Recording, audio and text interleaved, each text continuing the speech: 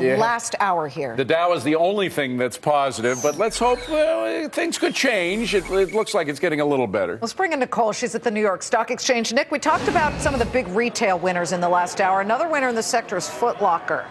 What an impressive move by Foot Locker today, an all-time high. They're doing great with their same-store sales, which are up over 5%. Great with real estate, closing some, relocating others. Nike was even up because of the Foot Locker news, because Foot Locker is packed with Nike shoes. So it's up 8.5%, Foot Locker. And I'm always an optimist. I'm looking for the big winners here. Coupons.com. Go no further. 100% gain. Yeah. What an IPO. I mean, when we talked to the CEO earlier today, he continues to talk about how they're finally turning at least a quarterly profit. We're waiting for the full annual profits from this company. Coupon.com up 87% going into the close. And we need to look at FireEye. It's been a hot cybersecurity company, but it slumped today following a stock offering. I guess people look at that as dilution. Right. And, they're raising over $1 billion, $82 a share. But don't forget, this stock is up about 85% this year, as you noted. It really has been a hot stock. But this diluted stock today.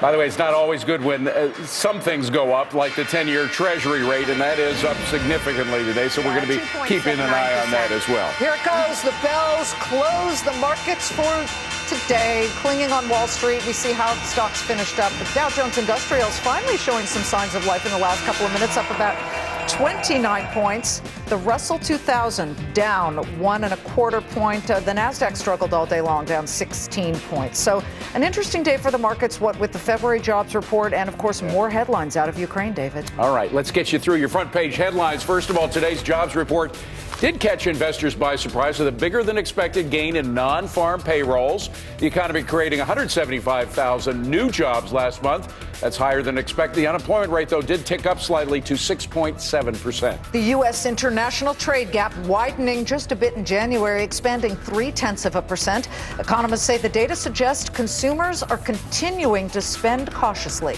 New signs of friction inside the world's largest bond fund firm, PIMCO.